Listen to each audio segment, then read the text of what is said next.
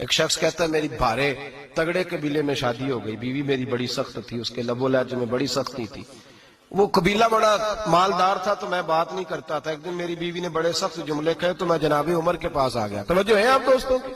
کہتے ہیں حضرت عمر کے پاس آیا تو میں نے دروازے پہ دستک دی، بیوی کی شکایت کرنے آیا کہ ذرا مہربانی کریں۔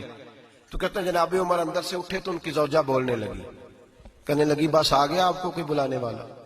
ابھی 5 منٹ نہیں ہوئے تھے آپ کو آئے، سارا دن آپ مسجد میں رہتے ہیں، ساری رات آپ چہرے پہ نقاب ڈال کے گلیوں میں گھومتے ہیں، اتنی ڈیوٹی آپ کرتے ہیں، گھر یہ میرا اکیلی کا ہے، بچے میری طلاق ہے، آپ کو کچھ خیال ہونا چاہیے، کچھ توجہ کریں۔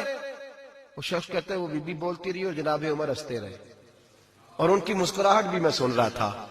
جب آپ بہت زیادہ مسکرائے نا تو وہ بھی مسکرانے لگی، زوجہ بھی مسکرانے لگی اور کہنے لگی اب کیا کہتے ہو؟ تو جناب عمر کہنے لگے کیا یہ رہا ہوں کہ اگر تیری بات ختم ہو گئی ہے تو میں جاؤں، اور اگر ہے تو میں کھڑا ہوتا ہوں، سنا لے کوئی اور بھی ہے تو۔ یہ بات کہہ کے باہر آئے نا جناب سیدنا عمر فاروق، تو وہ شخص کھڑا تھا، آپ نے فرمایا کیسے آئے ہو؟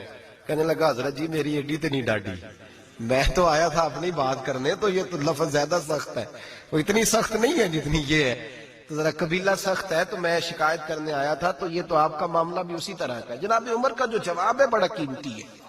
آپ نے فرمایا میری بیوی میری ہر طرح کی خدمت کرتی ہے، لفظوں کا اصل دیکھیے، ایسے نہیں کہ بیوی کوئی کام بھی نہ کرے اور مفت کی چڑھائی کرے، وہ بھی درست نہیں ہے۔ فرمایا میری بیوی میری ہر طرح کی خدمت کرتی ہے، میں گھر نہیں ہوتا تو میرے بستر کو پاک رکھتی ہے، کسی کی جرت نہیں میرے بستر کو دیکھ بھی جائے، میرے بچوں کو جب میں بستر پہ بلاتا ہوں آتی ہے، میرے بچوں کا خیال رکھتی ہے، میں باہر ہی رہتا ہوں گھر کے، لیکن گھر کی ذمہ داریاں ساری اس نے اپنے کندھوں پہ لے لی ہیں۔ فرمایا میرے مزاج میں جلال ہے، میں روز اونچا بولتا ہوں تو سنتی ہے، میری بیوی ہے نا، میں اس کا لباس ہوں وہ میرا لباس ہے، کبھی کبھی وہ اونچا بولتی ہے تو میں بھی